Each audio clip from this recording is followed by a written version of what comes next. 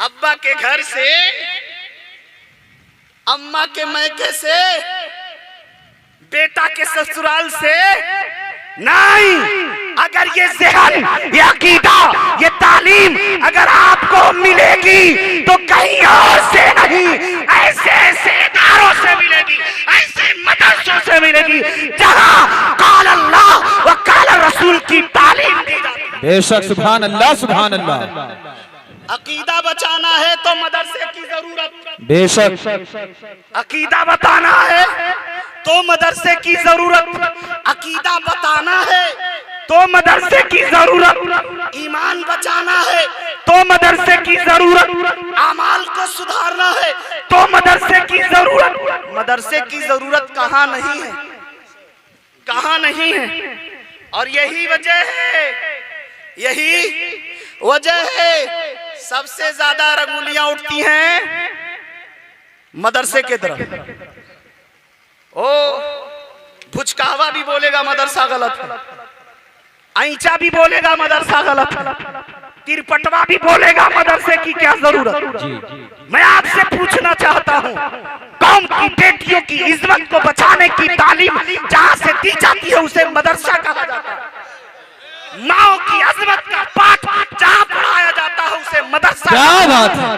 बाप की इज्जतों वकार का दर्स जहाँ दिया जाता है उसे मदरसा कहा जाता है। भाई का हुकूक जहाँ बताया जाता है उसे मदरसा कहा जाता है। बहनों का हक की तालीम जहाँ दी जाती है उसे मदरसा कहा जाता है। अपने से बड़े का अदब जहाँ सिखाया जाता है उसे मदरसा कहा जाता है। छोटों से प्यार करने का पाठ जहाँ पढ़ाया जाता है उसे मदरसा कहा जाता है।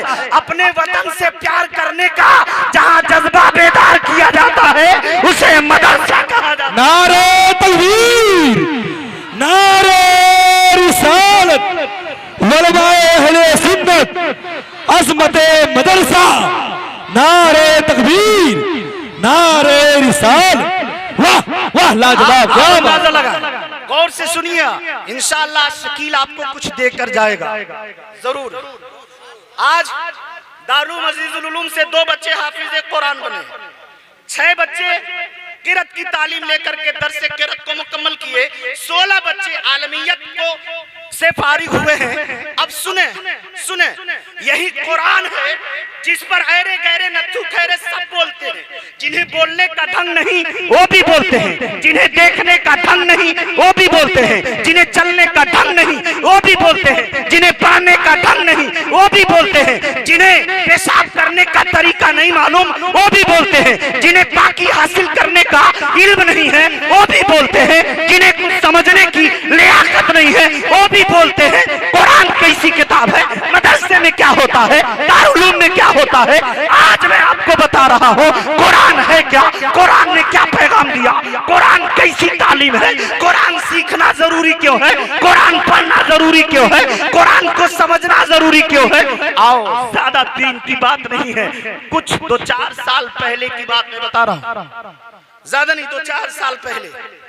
हो सकता आप लोगों ने सुना हो, अफ्रीका का एक बहुत बड़ा डॉक्टर है। बहनों, बातचीत बंद करो, शकील को सुन लो, सुन लो गौर से। अफ्रीका का बहुत बड़ा डॉक्टर है, उसने कुरान पर रिसर्च करना शुरू किया और कुरान की 2 आयतों को सामने रखा कि इस पर हम रिसर्च करें, देखें आखिर कुरान ने ऐसा हुक्म दिया तो क्यों दिया, ऐसा कानून दिया तो कौन क्यों दिया। एक आयत तलाक के ताल्लुक से कि जब औरत तलाक वाली हो तो उसकी इद्दत की मुद्दत कितनी होनी चाहिए, ये कुरान ने बताया।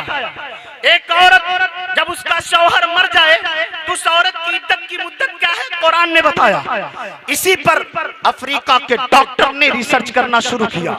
जब उसने कुरान पढ़ा और कुरान में अल्लाह फरमाता है वल मुतल्लकातु यतरब्बस्न बिअनफुसिहिन्न सलासता कुरू, अल्लाह फरमाता है मुतल्लका औरतें अपने आप को रोकी रखें 3 हैज तक।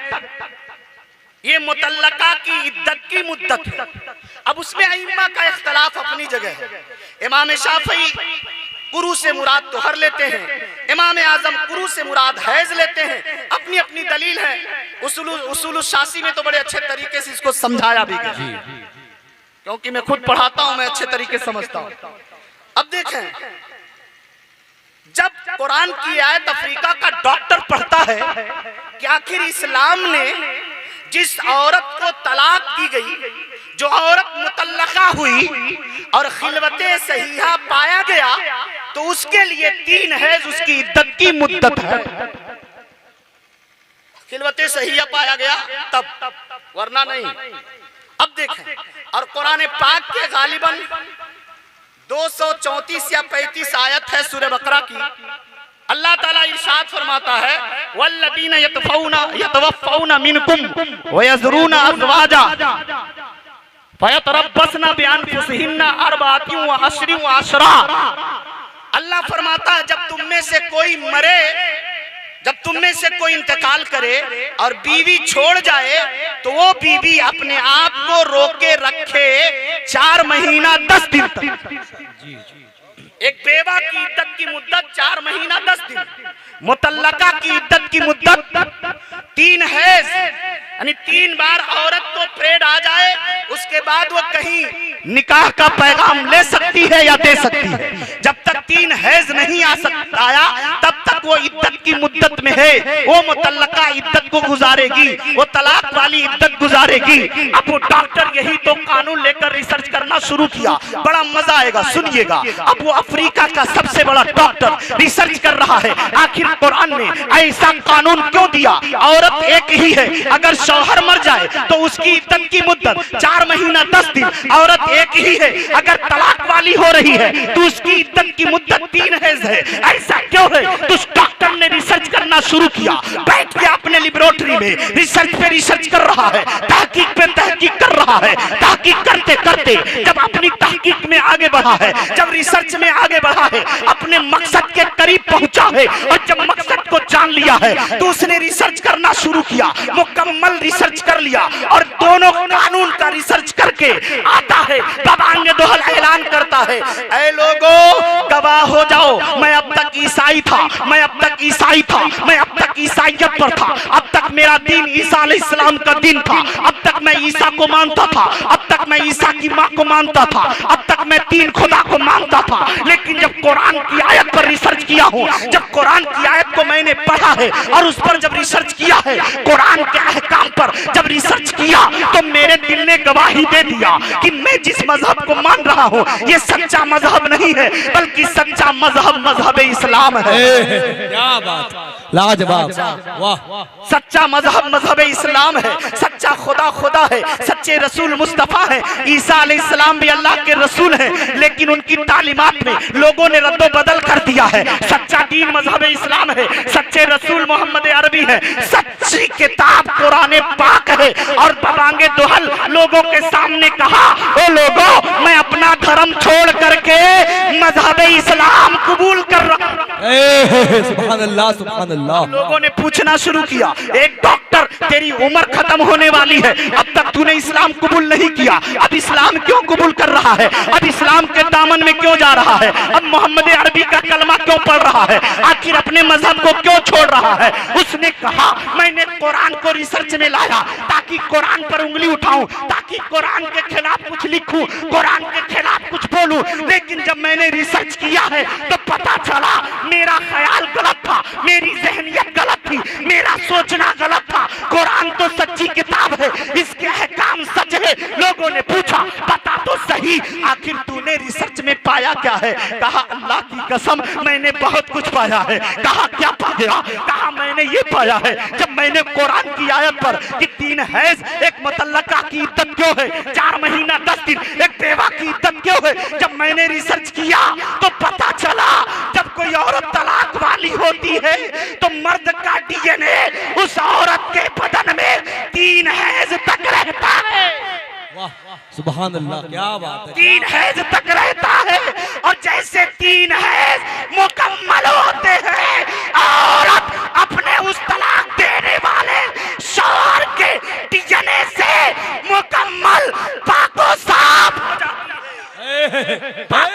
हो जाती है। लोगों ने पूछा, चलो ये तो मुतल्लका के बारे में है, लेकिन बेवा के बारे में उस अफ्रीकी डॉक्टर ने कहा, जब किसी औरत का शौहर मरता है तो उस औरत के बदन में उस मर्द का डीएनए 4 महीना 10 दिन तक रहता है, उसके बाद ऑटोमेटिक अपने आप खत्म हो जाता है, अपने आप खत्म हो जाता है। कहा तूने इस्लाम क्यों कबूल किया? कहा इस्लाम कबूल करने की वजह यह है, अब मैंने अपने बच्चों पर रिसर्च किया, अब मैंने अपने बच्चों पर रिसर्च किया।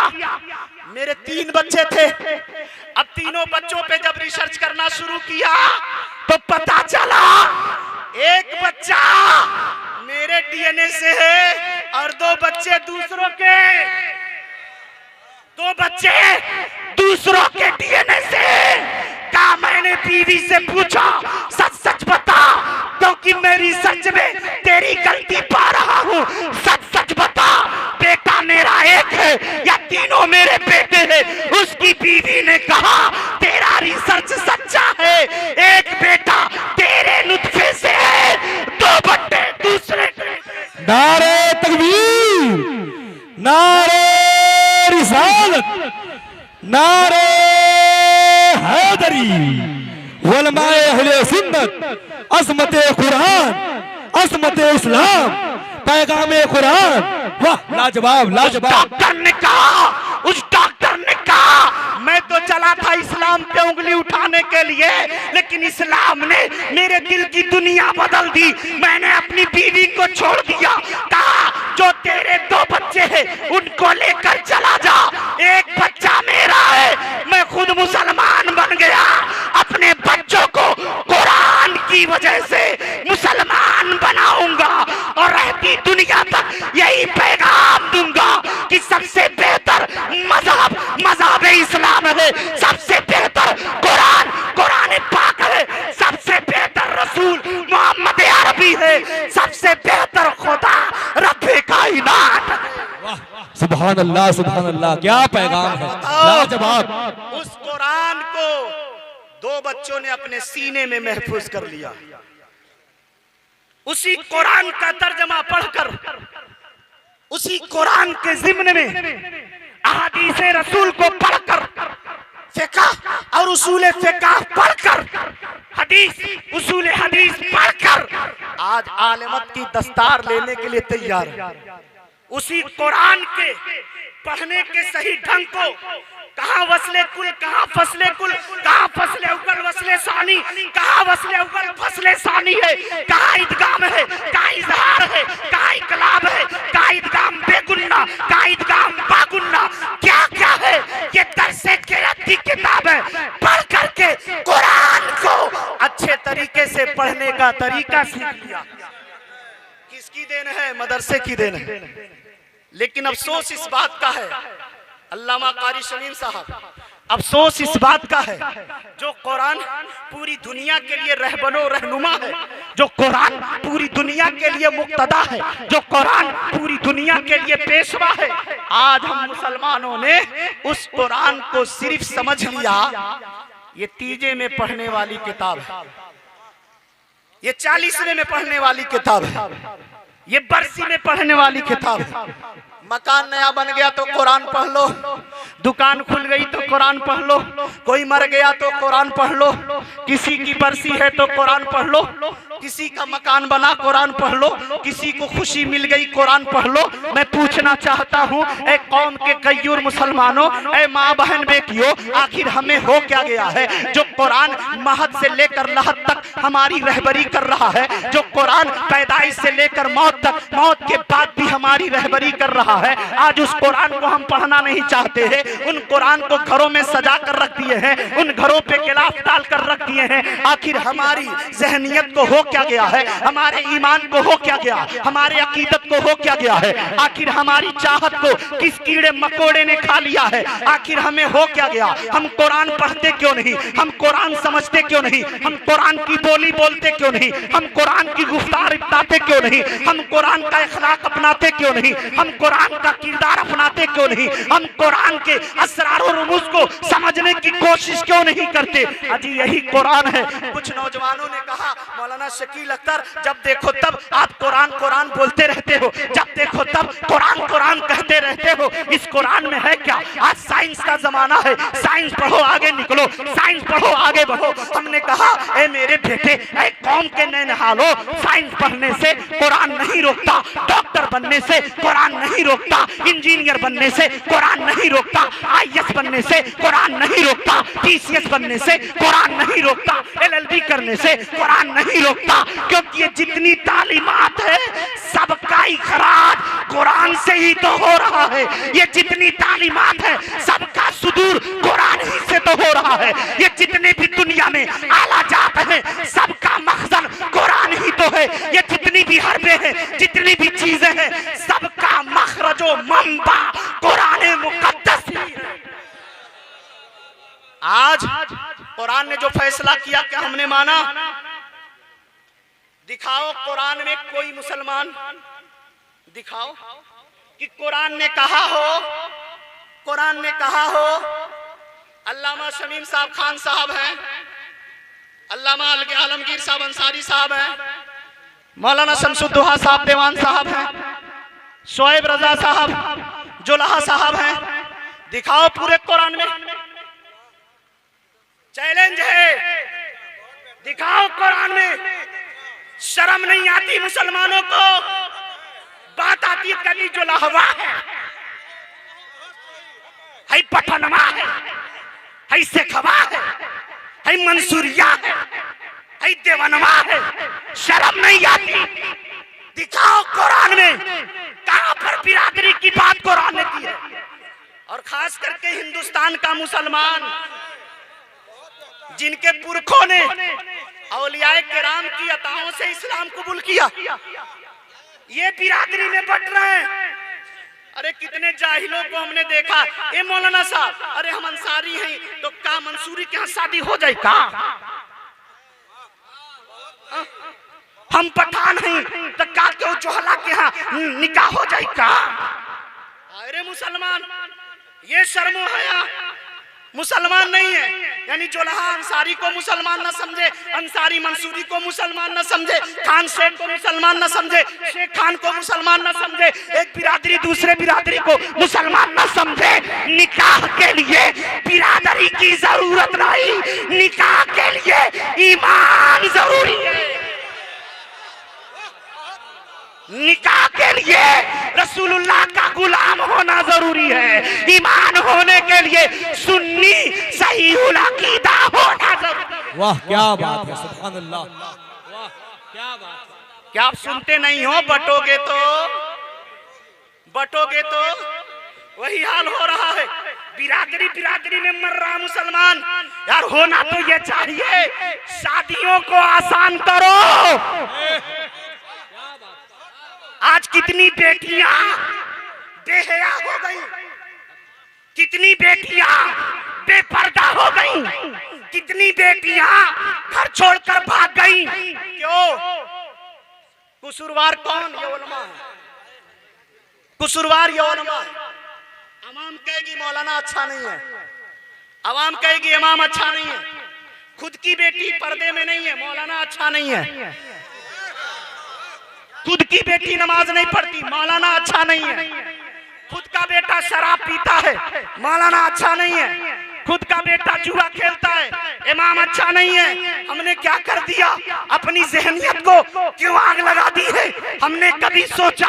कुरान ने ये नहीं कहा कि तू अंसारी है, तू फला है, तू फला है, तू फला है, बल्कि कुरान ने कहा इन्ना अकरमकुम इंदल्लाहि अतकाकुम, तुम में बेहतर वो है जो मुत्तकी है, परहेजगार है। लाजवाब, क्या बात, क्या बात है। यही कहा ना, कुरान ने यही कहा। कुरान ने ये नहीं कहा जो करोड़पति वो अच्छा, जो लखपति वो अच्छा, जो बैंक बैलेंस कर ले वो अच्छा, जो करोड़पति हो जाए वो अच्छा, जो खूब जमीन खरीद ले वो अच्छा, जो खूब गाड़ी खरीद ले वो अच्छा। कुरान ने ये नहीं कहा कि गोरा अच्छा या काला अच्छा, कुरान ने कुछ नहीं कहा। कुरान ने मुतलक फरमाया है तुम में बेहतर वो है जो मुत्तकी और परहेजगार। मैं पूछना चाहता हूं आप सभी से नबी का एक दीवाना है, जिसे पूरी दुनिया हजरत बिलाल हबशी के नाम से जानती है। यार यार उनको इतना बड़ा मर्तबा किसने दिया? उनके रंग ने, उनके कपड़े ने, उनके चाल ने, उनके ढाल ने, उनकी खूबसूरती ने, आखिर किसने उनको इतना बड़ा मकाम दिया? तो अल्लामा तैयब भी कहेंगे, अल्लामा शमसुद्दौला भी कहेंगे, ये सारे उलमा यही कहेंगे, न चमड़ा, न लिबास, न घर, न मकान, न जायदाद, न बिल्डिंग, न बैलेंस, न बैंक, न अकाउंट, किसी चीज ने नहीं। अगर बिलाल को ये मकाम मिला है तो इश्के मुस्तफा की बुनियाद। क्या बात है, नारे इश्के मुस्तफा, पैगामे मुस्तफा, नारे तकबीर, वाह लाजवाब, क्या बात। अल्लाह अकबर, या रसूल अल्लाह जिंदाबाद, अल्लाह अकबर, वाह लाजवाब, इतना बड़ा पैगाम है, इतना बड़ा मकाम बिलाल हबशी को मिला है तो दुनिया के जरो जाह व जवाहिरात की बुनियाद पर नहीं, बल्कि आमना के लाल के मोहब्बत और उल्फत की बुनियाद पर। क्या बात है, जिंदाबाद जिंदाबाद। बेटियों, अपने आप को कनीज़े फातिमा बनाकर पेश करो। ए मेरी माओ, आज ये कौम के लोग इतने खतरनाक हो गए हैं। बेटा भचकहा है, बेटा भचक भचक के चलेगा, और बेटी चाहिए हूर, चाहे खुद ही हो लंगूर। जाग की चोच में जाग की चोच में अंगूर खुदा की कुदरत, और हूर की गोद में लंगूर आइचा भैंचा तावा का पेनी, और बीवी चाहिए बाप रे बाप। मैं गलत बोल रहा हूँ? जाकर दूसरे के यहाँ प्लेट साफ करेगा। हमारे बेटवा 2000, 3000, 5000 कमाता, 4 लाख से कम चाहेगा? वारे मुसलमान, क्या ईमान है। बेटे को चलने का ढंग नहीं, और बेटी से पूछते हैं बेटी कुरान शरीफ पढ़ जाना था। अब बेटा के मुंह में करीखा, कहता हम मुसलमान हैं, हम मुसलमान हैं, खुद का बेटा चलने का ढंग नहीं जानता, जहेज चाहिए 4 लाख।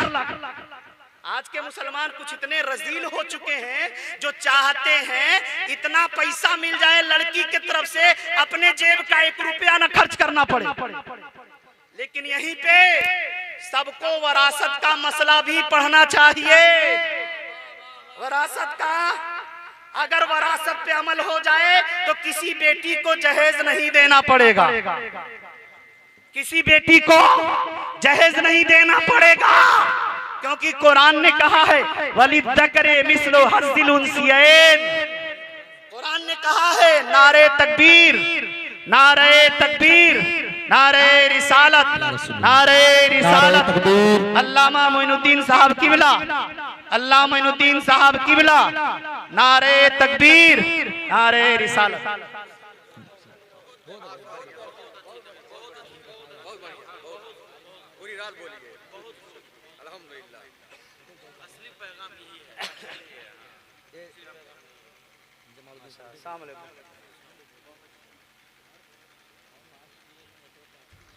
देखिए मेरे उस्ताज़े गिरामी हजरत अल्लामा अलहाज मोइनुद्दीन साहब किबला आदरी मदजिल आली व नूरानी तशरीफ ला चुके हैं, इनके चेहरे की जियारत करें।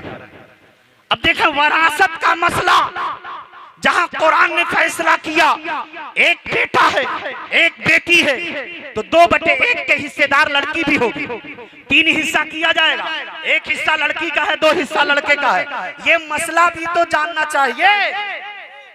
बेटियों का भी हक बनता है, और भाई लोग पूरा चंगुल मार के बैठ जाए वो अलग बात है, चाहे हम हो चाहे आप, चाहे हम हो चाहे आप हो, लेकिन बेटियों का भी हिस्सा है। बाप के जायदाद में मुकम्मल बेटी का भी एक हिस्सा बनता है, ये कुरान कह रहा है। उठाकर देख लीजिए सूरह निसा, अल्लाह फरमाता है वलिज़्ज़करे मिस्लु हज़्ज़िल उन्सियैन। एक मर्द को एक मर्द को 2 औरत का हिस्सा, यानी 2 औरतों को जितना मिलेगा उतना एक लड़के को मिलना चाहिए। ये कुरान ने फैसला किया है, इस पर हम कहां अमल कर रहे हैं? आप देखें, इल्म ना होने की बुनियाद पर भयानक तरीके से हम गुनाहों में मुलव्विस हो रहे हैं। इल्म ना होने की बुनियाद पर हम गलत राह पे जा रहे हैं। इल्म ना होने की बुनियाद पर हम गुनाह का रास्ता अख्तियार कर रहे हैं। इल्म होना जरूरी है, और गुनाहों से बचाने वाला इल्म आपको कॉलेज या यूनिवर्सिटी में नहीं बल्कि दारुल उलूम मदरसों में आपको मिलेगा। जी बेशक हक है। मदरसों में आपको मिलेगा। एक बात मैं बताते चलूं, बहुत से लोग हैं मुसलमानों ही में, दुश्मन बाहर का नहीं है, दुश्मन अंदर का है। घर का भेदी लंका ठाए, वही हाल मुसलमानों का है। आज सरकारी मदरसे में पढ़ने वालों से लोग जितना जलते हैं शायद किसी से जलते होंगे। ये मौलाना कैसे इतना पैसा पा रहा भाई? आवाम बोलती है, लोग बोलते हैं। अब गौर करें, होना तो ये चाहिए। हमारे कुछ भाई अच्छी तनख्वाह पा रहे हैं, अच्छी तनख्वाह वालों को भी ध्यान रखना चाहिए, अगल बगल में गुरबा मसाकीन की मदद भी करनी चाहिए, मदद भी करनी चाहिए। अल्लाह जिस मोमिन को आगे बढ़ाए वो मोमिन अपने पीछे पलट कर देखे, हमारे पीछे कोई परेशान तो नहीं है, कोई मजबूर तो नहीं है, कोई ऐसी बेटी तो नहीं है जिसकी गुर्बत के वजह से शादी नहीं हो पा रही है, कोई ऐसा बेटा तो नहीं है गुर्बत के वजह से जिसकी तालीम नहीं हो पा रही है। तो हमारे उलमा को भी मुत्तहिद हो करके एक ऐसी तंजीम बनानी चाहिए, पैसा इकट्ठा करके गरीब लड़कों को पढ़ाएं, अच्छे लड़कों को आगे बढ़ाएं, गरीब बेटियों को शादी कराएं, गरीब लड़कियों का निकाह करवाएं। ये तंजीम ऐसी होनी चाहिए, उस तंजीम के पीछे अपना जाती कोई मकसद ना हो कि मेरा नाम होगा, फला का नाम होगा, किसी का नाम हो या ना हो, कौम की तरक्की होनी चाहिए। बेशक हक है। कौम की तरक्की होनी चाहिए, बेटों की तरक्की, बहनों की तरक्की होनी चाहिए। ऐ मेरी माँ बहन बेटियों, आप अंदाजा लगाओ, आप संवरोगी तो पूरा खानदान संवरेगा। अगर आप पर्दे में रहोगी, आपकी बेटी पर्दे में रहेगी, आप हया का मुजस्समा बनोगी, आपकी बेटी हया का मुजस्समा बनेगी। आप अपने गोद में अपने बच्चों को लेकर कुरान पढ़ोगी, आपका बेटा कुरान से मोहब्बत करने वाला होगा, आपकी बेटी कुरान से मोहब्बत करने वाली होगी। लेकिन जब आप अपने गोद में बच्चों को बिठाकर सीरियल पे सीरियल देखकर टिबियाओगी तो औलाद भी तो टिबिया जाएगी कि नहीं टिबिया आएगी? अब अम्मा गोद में लेके आ रहे हवा पारे हवा नदिया किनारे हवा पढ़ेंगी तो बेटा नदी के किनारे ही तो जाएगा कहाँ? आज बेटी घर से निकलती है, कॉलेज में जा रहे हैं, पता चला किसी आवारा के साथ घूम रही है, किसी मेले में घूम रही है, मार्केट में घूम रही है। इस पर आखिर कौन बाप बांधेगा, कौन दरवाजा बंद करेगा? माँ बाप की जिम्मेदारी है। बेटा घर से जा रहा है तो कहाँ जा रहा है, बेटी जा रही है तो कहाँ जा रही है, कौन ध्यान देगा? गैर तो हमारी इज्जत को उड़ता हुआ देख करके तमाशा देखेगा, गैर तमाशा देखेगा। हमको अपनी इज्जत की हिफाजत करनी है, हमें अपने आप की हिफाजत करनी है, हमें कौम को भी देखना है, अपने घर के बेटों बेटियों को भी देखना है, सबकी हिफाजत जरूरी है। और ऐ नौजवानों, बदल दो अपनी सोच को और ये इरादा कर लो, हम नबी के दीवाने हैं तो बगैर जहेज के शादी करेंगे, नबी के दीवाने हैं नमाज की पाबंदी करेंगे, नबी के दीवाने हैं कुरान की तिलावत करेंगे, नबी के दीवाने हैं शरीयत की पाबंदी करेंगे, नबी के दीवाने हैं माँ बाप के आंखों से आंसू नहीं निकलने देंगे, नबी के दीवाने हैं कभी माँ को तड़पाएंगे नहीं, नबी के दीवाने हैं कभी पड़ोसी को तकलीफ नहीं देंगे, नबी के दीवाने हैं कभी रिश्तेदार से झगड़ा नहीं करेंगे, नबी के दीवाने हैं कभी पड़ोसियों से झगड़ा नहीं करेंगे। ये सारा का सारा जज्बा मुसलमान के बच्चे बच्चे में होना चाहिए। जज्बा इस तरह हो, इस्लाम बचाने का भी, इस्लाम पे कटने का भी, कुरान बचाने का, कुरान के लिए जान कुर्बान करने। क्या बात है, वाह, हमारे अंदर ये जज्बा होना चाहिए। ये समझ लें, दारुल उलूम अजीजुल उलूम आपको कीमती कीमती हीरे दे रहा है। ये हीरे ऐसी शक्ल में है। एक आलिम दीन, एक अच्छे आलिम दीन बयान कर रहे थे कि बगदाद की सरजमीन है, बगदाद की सरजमीन पर एक बहुत बड़ा मदरसा है जिसमें इमाम गजाली जैसे इमाम पढ़ रहे हैं, जिनमें गौसे पाक जैसे अल्लाह के वली पढ़ रहे हैं। उस मदरसे का नाम दारुल उलूम निजामिया है। एक दिन ऐसा होता है, वहां का चपरासी छुप करके गया है, बादशाह के पास जाकर कहता है, बादशाह सलामत, मदरसे को बंद कर दीजिए, दारुल उलूम को बंद कर दीजिए। बादशाह ने कहा क्यों? कहा मदरसे में पढ़ाई नहीं हो रही है, मदरसे में कोई बच्चा पढ़ नहीं रहा है। कहा ऐसे उसूक से कैसे कह सकते हो, इतनी एतमाद से कैसे कह सकते हो कि मदरसे में तालीम नहीं है? कहा अगर आपको यकीन न हो, ए बादशाह खुद चलें और चल करके देख लें कि मदरसे की तालीम कैसी है। बादशाह जब रात की तारीकी छा जाती है, फकीराना लिबास पहनता है और मदरसे का दरवाजा चपरासी खोले बैठा है और धीरे से दरवाजा खोलता है, अंदर दाखिल होता है और सारे कमरों के दरवाजे बंद तो हैं लेकिन अंदर से लॉक नहीं है। बादशाह गया, एक कमरे के दरवाजे को हल्का सा खसकाता है, क्या देखता है? बच्चे आपस में मारपीट कर रहे हैं, आपस में लड़ रहे हैं, गाली गलौज कर रहे हैं। धीरे से दूसरे कमरे के दरवाजे के पास गया, वहां से झांका, उसमें भी कुछ बच्चे आपस में शरारत में लगे हुए हैं। कई कमरों को खोलता देखता चला गया, गुस्से के मारे लाल पीला होकर के आकर चपरासी से कहता है, ओ खादिम सुन ले, सुबह मदरसे में ताला लग जाना चाहिए, सुबह मदरसा बंद हो जाना चाहिए, मदरसा नहीं रहेगा। यहाँ तालीम के नाम पर खिलवाड़ है, यहाँ पढ़ाई नहीं हो रही है, यहाँ तालीम नहीं दी जा रही है। हर कमरे का मैंने मुताला किया है, हर कमरे को मैंने देखा है, किसी में बच्चे लड़ रहे हैं, गाली गलौज कर रहे हैं, खेल तमाशा कर रहे हैं। क्या ऐसा होता है मदरसा? ये कह करके और बड़ी सख्ती के साथ उस खादिम से कहा, मदरसे में सुबह ताला लगना चाहिए, सारे मदरसे बच्चे अपने अपने घर चले जाएं। बादशाह ये कह करके जैसे मेन गेट के बाहर निकला तो लाइट का जमाना नहीं था, चिराग का जमाना था। चिराग का लोग अपने अपने दरवाजे पर चिराग रखते थे, सरकार के तरफ से मेन चौराहे पर चिराग को जलाया जाता था। जैसे मदरसे के गेट के बाहर निकला, सरकारी खंभे पर सरकारी चिराग जल रहा है। उसी चिराग की रोशनी में एक बच्चा अपने किताब को खोल करके पढ़ रहा है, अपने किताब को खोल करके पढ़ रहा है। एक किताब याद करता है, रख देता है, दूसरी किताब उठाता है, याद करता है, रखता है। इसी तरह सारी किताबों को उठाता है, पढ़ता है और बादशाह पीछे से खड़ा नजारा देख रहा है। ये बच्चा पढ़ रहा है, ये बच्चा पढ़ रहा है। जब वो बच्चा मुकम्मल असबाब को याद कर लिया, किताबों को उठाने वाला था, तब तक बादशाह ने कंधे पे हाथ रखा, कहा बेटे अस्सलाम वालेकुम। उस बच्चे ने जवाब दिया वालेकुम अस्सलाम। क्या बात है चचा, इस रात में अचानक यहाँ क्यों आए हो, कौन हो आप? कहा बच्चे एक बात बताओ। कहा क्या? कहा यहाँ रोड पर क्यों पढ़ रहे हो, सरकारी रोशनी के, सरकारी चिराग की रोशनी में क्यों पढ़ रहे हो? उस बच्चे ने कहा कमरे में मेरे साथी मुझे पढ़ने नहीं देते हैं, मेरे दोस्तों अहबाब मुझे पढ़ने नहीं देते हैं। जब मैं किताब लेकर बैठता हूँ मेरे दोस्त मुझे छेड़ने लगते हैं, मेरे अहबाब मुझे छेड़ने लगते हैं, मेरे हम सबक मुझे छेड़ने लगते हैं, इसलिए मुझे पढ़ना है। मेरे माँ बाप ने मुझे पढ़ने भेजा है, मैं अपना घर छोड़ करके दारुल उलूम निजामिया में पढ़ने के लिए आया हूँ,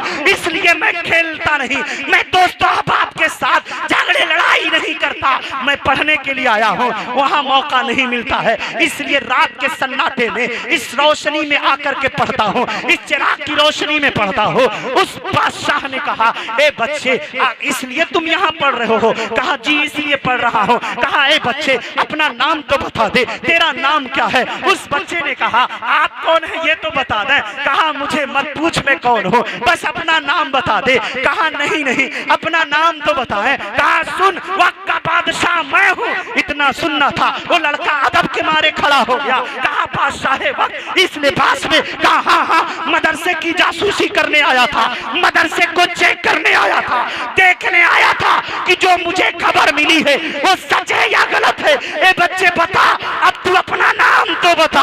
उस बच्चे ने तड़प कर कहा था ए बादशाह सलामत, मुझको दुनिया मोहम्मद इब्ने मोहम्मद गजाली के नाम से जानती है, मुझे गजाली के नाम से जानती है। बादशाह के आंखों से आंसू छलक गए थे और फौरन मदरसे के अंदर जाकर खादिम से कहता है ए खादिम मदरसा बंद नहीं होगा, ए खादिम मदरसा बंद नहीं होगा। कहा हुजूर क्यों? कहा इंतजामात बढ़ा दिया जाए, कमरे और बनवा दिए जाए, खाने पीने का नज़्म और अच्छा कर दिया जाए, रहने सहने का इंतजाम और बेहतर कर दिया जाए। कहा क्यों? कहा सुन एक बच्चा रोड पर पढ़ रहा है, मेरे दिल ने फैसला किया अगर इस मदरसे से एक भी बच्चा कामयाब हो गया तो मुझ जैसे गुनहगार की मग़फ़िरत सुभान अल्लाह, सुभान अल्लाह, क्या मुझ जैसे गुनहगार की मगफिरत का जरिया बन जाएगा। ऐ लोगों, अगर आपके पास भी मदरसे के लिए झोली घूमे तो आप बढ़ चढ़ करके हिस्सा लें। माँ बहन बेटियों, अपने दौलत से, अपने रुपए से, अपने जेवरात से मदरसा अजीजुल उलूम की मदद करें, ताकि आज 26 बच्चे फारिग हो रहे हैं, कल 40 बच्चे फारिग हो। अल्हम्दुलिल्लाह, अभी अल्लामा आलमगीर साहब ने मुझे बताया पीछे की जमीन खरीदी गई, वो मुझे मालूम है। ऊपर 2 कमरे, पीछे कटरेन बनाया गया। अल्हम्दुलिल्लाह, ऊपर से 6 मुअल्लिमात भी पढ़ा रही हैं, जहां सिर्फ दर्जा 6 से लेकर 10 तक 150 बच्चियां पढ़ रही हैं। बच्चों की तादाद अलग है। इस तरह से यहाँ बच्चों और बच्चियों को संवारा जा रहा है। आपको कहीं और भेजने की जरूरत नहीं है। 10 तक अपने बच्चों को मदरसे में पढ़ाए, वो चाहे लड़का हो चाहे लड़की हो, यहाँ 10 तक पढ़ाएंगे। फायदा क्या होगा? आपका बच्चा जहाँ दीन सीखेगा वही दुनिया भी सीखेगा। आपकी बेटी जहाँ दीन सीखेगी वही दुनिया भी सीखेगी और उसकी इज्जत महफूज भी रहेगी। बेशक बेशक, क्या बात। मैं बताऊं, मेरे पास पढ़ने वाली बच्चियां 8 में मेरे पास पढ़ी, खद्दा की बात बता रहा हूं। और जब एक दूसरे कॉलेज में पढ़ने गई और जो मैंने सबक दिया था उनको कि बेटी बाल मत खोलना, उन बेटियों ने हमेशा बाल को अपने ढक कर रखा। और जब कॉलेज में पढ़ने गई तो वहाँ कॉलेज की तरफ से हुक्म मिला, जिस तरह सारी बच्चियां आ रही हैं तुम्हें भी उसी तरह आना है, यानी गले में दुपट्टा डाल कर आओ, बाल मत बंद करो। बेटियों ने मुझे फोन किया, मैंने कहा बेटी पढ़ना है तो पढ़ो, वरना ऐसे स्कूल को लात मार दो जहाँ तुम्हें बेइज्जत किया जाए। क्या बात, ऐसे स्कूल को लात मार दो जहां तुम्हारा दुपट्टा खींचा जाए, तो जहां बच्चियों की इज्जत की हिफाजत होती है उनको ज़ेवरे इल्म से सरारा जाता है, उसी मरकज को मदरसा कहा जाता है, उसी जगह को दारुल उलूम कहा जाता है, उसी जगह को मकतब कहा जाता है। क्या बात। और आपको चाहिए लोगों अपने बच्चों को मदरसे की तालीम दें। सुने, आज ही बच्चे कुछ किताब लेकर के आए, एक इबारत सामने आई, कहा हजरत इसका तर्जुमा बता दें। हमने कहा क्या? बच्चों ने कहा देखें यहाँ लिखा हुआ है काला बाजुल हुक्मा इन्नल उलमा। मैंने कहा सुनो, इसका तर्जुमा ये है, बाज हुक्मा ने फरमाया है कि बेशक उलमाए किराम, बेशक उलमाए किराम सूरजुल अज़मिना अपने जमाने के चिराग हुआ करते हैं। उलमा अपने जमाने के चिराग हुआ करते हैं। मजानियुल अदब में ये इबारत थी। मैंने कहा बच्चों पढ़ो कि बेशक उलमा, हुक्मा ने कहा है बेशक उलमा अपने जमाने के चिराग होते हैं। वह कुल्लु आलिमुन सिराजुल ज़मानिही, और फरमाया लिखने वाले ने कि हर आलिम अपने अपने जमाने का चिराग होता है। यस्तज़िउ बिही अहलु असरिही, जमाने वाले उन उलमा से रोशनी हासिल करते हैं। क्या बात, जमाने वाले से रोशनी हासिल करते हैं। आज हम मारे क्यों जा रहे हैं? इसलिए कि उलमा की बातों पर अमल नहीं कर रहे हैं। सताए क्यों जा रहे हैं? उलमा की बातों पे अमल नहीं कर रहे हैं। बदनाम क्यों हो रहे हैं? उलमा की बातों पे अमल नहीं कर रहे हैं। आप गौर करें, उलमा जो तकरीर करते हैं मदरसे में या मस्जिद में या मिलाद में या जलसे में, उन सब बातों को गौर से सुन करके अमल करो। देखो इनकलाब पैदा होता है कि नहीं? देखिए इनकलाब पैदा होता कि नहीं होता है। साथ ही साथ मैं आपको आखिरी बात बताते चलूं, क्योंकि वक्त ज्यादा हो चुका है, वक्त ज्यादा हो चुका है। हम बच्चों से कहेंगे प्यारे बच्चों, आप लोग खड़े होकर के मदरसे के लिए झोली घुमा लो। माँ बहन बेटियां आप लोग भी उसमें 2-4 बच्चियां हमारी खड़ी हो जाए। और माँ बहनों से रिक्वेस्ट है, आप हजरात मदरसे के लिए खूब दे दें, खूब हिदायत कर दें, ताकि ये मदरसा जो आज इतने सारे बच्चों की किफालत करता है, बच्चे बच्चियां इतने ज्यादा तादाद में पढ़ रही हैं। इस इलाके में मैंने देखा 2 मदरसे ऐसे हैं जहाँ बहुत ज्यादा बच्चे हैं। इस इलाके में एक छितौना का मदरसा, एक लक्ष्मीपुर खुर्द का मदरसा। इन मदरसों में बहुत सारे बच्चे हैं। अल्लाह का शुक्र है आप अपने बच्चों को भेजें। और ये बच्चे झोली लेकर घूम रहे हैं मदरसे के लिए। आप अपनी गाड़ी कमाई से खूब ज्यादा मेहनत करें, खूब ज्यादा दें, इनायत करें, ताकि ये मदरसा किसी और का मोहताज ना हो। आपके चंदों से मदरसा यहाँ तक पहुँचा है और तरक्की करे और आला हो, इसकी तालीम बुलंद हो, यहाँ के असातिज़ा, तलबा, गांव, पूरा इलाका तरक्की करे। यही रब्बे कायनात से मेरी दुआ है। यही दुआ है। सुने सुने, आखिरी बात मैं अर्ज करने जा रहा हूं। आखिरी बात यह है, आप देखें जब हम और आप नमाज पढ़ते हैं, हम और आप जब सदका खैरात करते हैं, हम और आप जब रब की बारगाह में अपनी पेशानी को झुकाते हैं, हाल क्या होता है आपने सुना होगा। मैंने पूछा अपने दोस्तों से, मेरे दोस्तों एक बात बताओ, अल्लामा शमसुद्दोहा साहब मुझे एक बात बताएं। इन्होंने कहा जी बाबू कहें क्या बात है। हमने कहा एक बात ये बताएं, जब आंधी चलती है, जब जोर से हवा चलती है, बड़े बड़े पेड़ उखड़ जाते हैं, बड़े बड़े तनावर मोटे दरख्त उखड़ जाते हैं, लेकिन छोटे छोटे पौधे नहीं उखड़ते हैं। आखिर बात क्या है? बड़े बड़े तनावर दर्द उखड़ गए लेकिन छोटे छोटे पौधे नहीं उखड़े। तो मौलाना शमसुद्दोहा साहब ने कहा सिंपल सी बात है, आसान सी बात है। हमने कहा क्या है? इन्होंने कहा सुनो मौलाना, तकबीर, नारे रिसालत, नारे रिसालत, मसलके आला हजरत उलमाए अहले सुन्नत हजरत अल्लामा मुफ्ती मसीहुद्दीन साहब क़िबला हशमती, नारे तकबीर, नारे रिसालत, नारे रिसालत, नारे रिसालत। माशाअल्लाह आप देख रहे हैं खुसूसी खतीब मुबल्लिग़े इस्लाम नाशरे मसलके आला हजरत हजरतुल अल्लामा हजरत अल्लामा अलहाज शाह मुफ्ती मोहम्मद मसीहुद्दीन साहब क़िबला हशमती दामत बरकातुहुल आलिया की आमद हो गई है। आप हजरत इत्मीनान और सुकून के साथ तशरीफ रखें। थोड़ी देर बाद हुजूर वाला कुर्सी खिताबत पे तशरीफ लाएंगे और उनके खिताब नायाब से हम और आप महसूस होंगे। साथ ही साथ दस्तारबंदी जिन बच्चों की होगी वो हसीन पल और हसीन मंजर कुछ लम्हे बाद आपको देखने को मिलेगा। इसलिए आप हजरात थोड़ा और आगे आ जाएं और जगह लेकर के बैठ जाएं, वरना कहीं ऐसा ना हो कि आप पछताने लगे कि मैं पीछे क्यों बैठ गया। आगे आ जाएं थोड़ा थोड़ा सा, माशाल्लाह बढ़ जाए आगे बढ़ जाएं।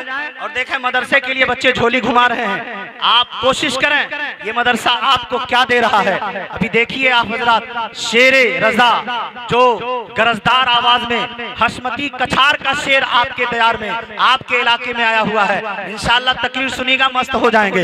जबरदस्त अंदाज में हजरत की तकरीर होती है। मैं तो बचपने से सुन रहा हूँ कि कोई शेर रजा है बलरामपुर की सरजमीन पर, उतलौरा की सरजमीन से आता है, इलाके में दौरा होता है और जिसकी तकरीर यहाँ नहीं बल्कि मरकज जो हम सुन्नियों का मरकज है बरेली शरीफ की स्टेज पे अगर तकरीर किसी की जमती है तो हजरत अल्लामा मसीहुद्दीन साहब क़िबला हशमती। वाह, क्योंकि मैं बहराइच शरीफ में पढ़ रहा था तब से हजरत की तकरीर सुन रहा हूँ। अल्हम्दुलिल्लाह आप हजरात सुनिएगा। तो मैं अर्ज कर रहा था माँ बहन बेटियों, आप दिल खोल करके मदरसे की मदद कर दें। आप लोग भी उसमें कंजूसी से काम न लें, बल्कि आप हजरात दिल खोल करके मदरसे के लिए मेहनत करें, कोशिश करें। तो मैं अर्ज कर रहा था अल्लामा शमसुद्दोहा साहब से अर्ज किया, हुजूर बात क्या है? मोटे मोटे पेड़ तो उखड़ जाते हैं लेकिन छोटे छोटे पौधे नहीं उखड़ते हैं, तो आखिर बात क्या है? आंधी चलती है जोरदार अंदाज में, जो मोटे मोटे होते हैं पेड़ उखड़ गए। आखिर बात क्या है? तनावर दरख्त उखड़ गए। बात क्या है? जो मजबूत दरख्त हैं जड़ से उखड़ गए, लेकिन छोटे छोटे जो घसिया है दुबिया है वो नहीं उखड़ते हैं। ऐसी का बात है। तो हजरत अल्लामा शमसुद्दोहा साहब ने कहा, मौलाना शकील अख्तर निजामी, बात असल ये है जब जोरदार आंधी चलती है तो जो मोटे मोटे दरख्त हैं उन्होंने झुकना नहीं सीखा है, उनके अंदर झुकाव नहीं है, वो अकड़ जाते हैं और जब अकड़ते हैं तो हवा उन्हें उखाड़ फेंकती है। और जो छोटे छोटे पौधे हैं जब आंधी चलती है तो पौधे झुक जाते हैं, जो पौधे झुकते हैं वो आंधियों से बच जाते हैं, जो पेड़ा करते हैं वो उखाड़ दिए जाते हैं। भाई मुसलमानों, हमें अकड़ने की नहीं हमें झुकने की जरूरत है, हमें झुकने की जरूरत है। लेकिन झुकना कहाँ है? हराएरे गहरे के यहाँ नहीं, अपनी पेशानी रब की बारगाह में झुका दो। दुनिया की हवाएं आंधियां कुफ्र की दुश्मनों की तुम्हारे खिलाफ हरबों की आंधियां चलेंगी, खत्म हो जाएगी। जब रब की बारगाह में झुक जाओगे रब की रहमत तुम्हें बचा लेगी, रब की रहमत तुम्हें बचाएगी। तो हमें झुकने की जरूरत है। ये मदरसा आपके सामने है, यहाँ के असातिज़ा आपके सामने है, यहाँ के तलबा आपके सामने है। कोशिश करें कि आप इतना मदरसे को अता कर दें कि मदरसा बार बार आपसे मांगने के लिए मजबूर न हो। इतनी कोशिश कर दें, बगैर कहे ला करके मदरसे में दिया करें। दान हो, चावल हो, रुपया हो, पैसा हो, अनाज हो, मेहनत करें, क्योंकि यहाँ बच्चे कोई भी दारुल उलूम है, चंदे ही के बुनियाद पे बच्चे खाते हैं, रहते हैं, पलते हैं, पूरा मदरसा कफील होता है। अल्लाह रब्बुल इज्जत इरशाद फरमाता है वअल्लमा आदम अल अस्मा कुल्लहा। फिर इंशाअल्लाह जिंदगी रही इस आयत की तफसीर बयान करूंगा कि अल्लाह ने हजरत आदम अलैहिस्सलाम को सारी चीजों का नाम बता दिया, सबका इल्म बता दिया। इंशाअल्लाह फिर जिंदगी रही बात होगी। अल्लाह की बारगाह में दुआ है मौला हमें और आप सबको जो कुछ बयान हुआ है शिद्दत के साथ अमल करने की तौफीक अता फरमाए, और जाने अनजाने में कोई गलती हुई हो मैं इतने उलमा और सबको गवाह बनाकर तौबा करता हूँ। अस्तगफिरुल्लाह रब्बी मिन कुल्ली ज़म्बि व अतूबु इलैह व मा अलैना इल्लल बलाग। अस्सलामु अलैकुम रहमतुल्लाहि व बरकातहू।